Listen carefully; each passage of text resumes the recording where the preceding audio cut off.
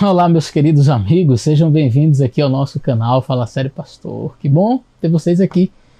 Se você ainda não é inscrito no nosso canal, se inscreva, compartilhe esse canal com seus amigos, compartilhe o conteúdo desse canal, porque eu tenho certeza que vai ajudar muita gente, tá bom? Hoje nós vamos falar de um assunto bem rapidinho, na verdade um pequeno incidente que aconteceu comigo essa semana e eu queria compartilhar com vocês. Foi aqui no canal, por isso eu trouxe um pequeno vídeo para vocês, tá bom? Que Deus abençoe e fica com a gente aí até o final.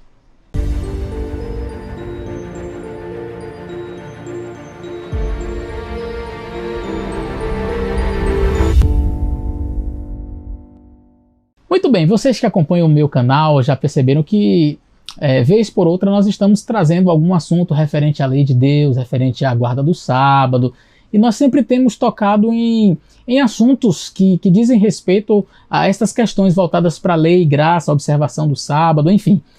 E eu tenho respondido sempre perguntas que os nossos irmãos evangélicos fazem, nossos irmãos católicos fazem, e eu tenho procurado sempre solidificar todo o embasamento daquilo que apresento dentro das escrituras e também dentro da história mesmo.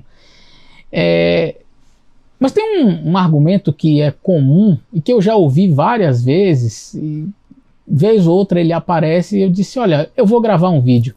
Alguém até colocou este argumento em um comentário em um dos meus vídeos. E o comentário diz assim: eu só queria saber o que acontece com um adventista quando por um motivo ele viola o sábado, pois na lei quem viola o sábado tem que morrer apedrejado. E você com certeza já ouviu alguém argumentar assim, não é? Ué, vocês não guardam sábado?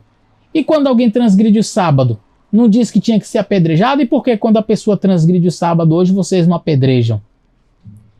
Eu fico sinceramente, assim, impressionado com a capacidade de interpretação que algumas pessoas têm da Bíblia.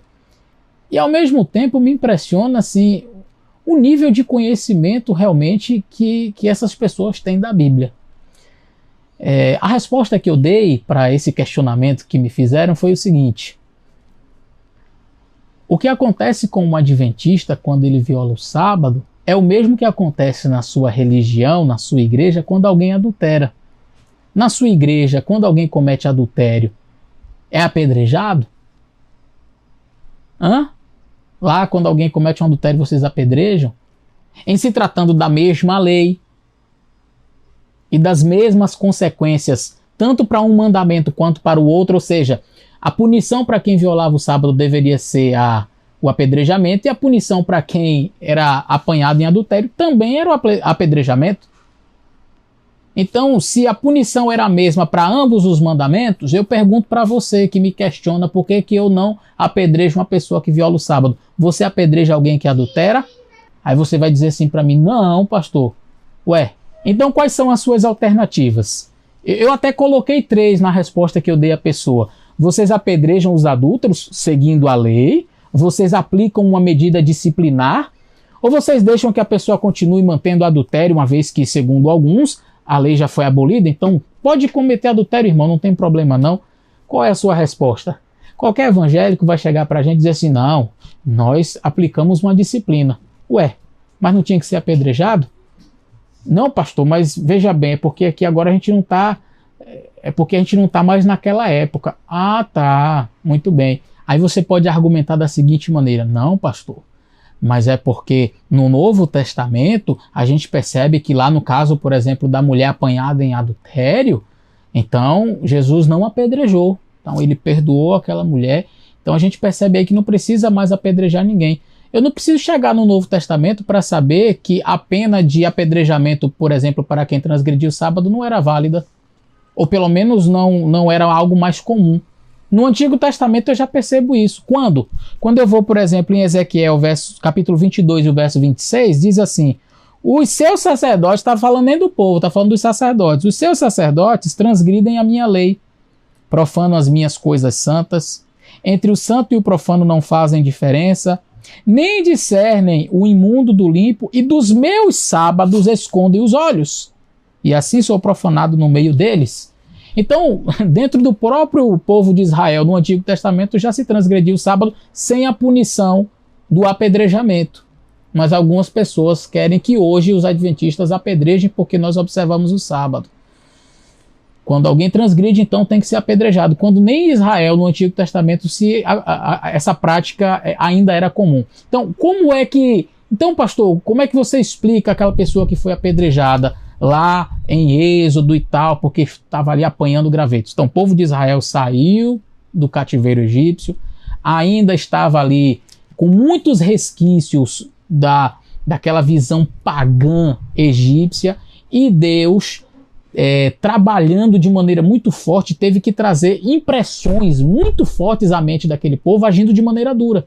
Por exemplo, você vai ver Ofni e Finéias, que são os filhos de Eli, na época de Samuel, pintando e bordando em Israel. A Bíblia diz que eles faziam coisas erradas, que eles serviam no templo de maneira errada, não é? Foram destruídos, foram mortos lá numa guerra. Mas Nadab e Abiú não eram prostitutos, não faziam coisas erradas, assim, não eram, pelo menos a Bíblia não relata que eles eram homens devassos. Mas eles fizeram uma coisa errada. Parece que eles tomaram um vinhozinho, pegaram um incenso que não era um incenso correto e entraram no templo, foram fulminados instantaneamente. E Deus disse para Arão, o pai deles, nem chore. Nem chore. Quer dizer, Deus ali estava tratando de maneira muito firme o povo, logo depois da sua saída do cativeiro egípcio, porque o povo estava acostumado ainda com a servidão. Precisava de lições muito fortes. Gente, para vocês entenderem o que eu estou falando, o povo de Israel viu o mar se abrir. Eles viram pragas caindo sobre o Egito. Termina de passar o Mar Vermelho, quando eles chegam lá no Monte Sinai, eles fazem um bezerro de ouro. Quer dizer, na cabeça do povo de Israel era mais assim uma divindade. Tinham tantas lá no Egito e eles faziam magia. Eles faziam magia, então o povo estava acostumado a ver as divindades, supostas divindades, exercendo os seus milagres, os seus poderes. Tanto que você vai ver que quando Moisés faz um milagre, os sacerdotes vêm cá e fazem também. Não é? Aí Moisés transforma em sangue, eles vão lá e fazem também, claro, com um poder que não vinha de Deus, mas eles também faziam. Então o povo estava acostumado com esse meio de pagão, de magia, então para eles Deus era mais uma divindade.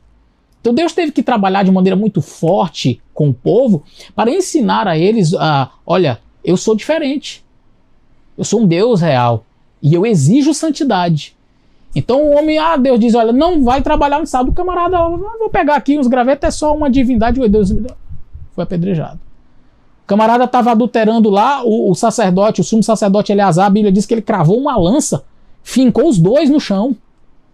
Aí quando você chega mais à frente, o povo de Israel sai daquela teocracia, vira monarquia, e a coisa meio que vai debandando. Você vai ver adultérios, você vê o próprio Davi cometendo adultério e não foi assassinado por isso, não é? Você chega na época de Jesus Cristo, aquela mulher apanhada em adultério, eles queriam até usar a lei de Moisés para apedrejar aquela mulher, mas Jesus não permitiu que isso acontecesse. Ao mesmo tempo, em Ezequiel, você já vai ver o povo transgredindo o sábado ali, não é?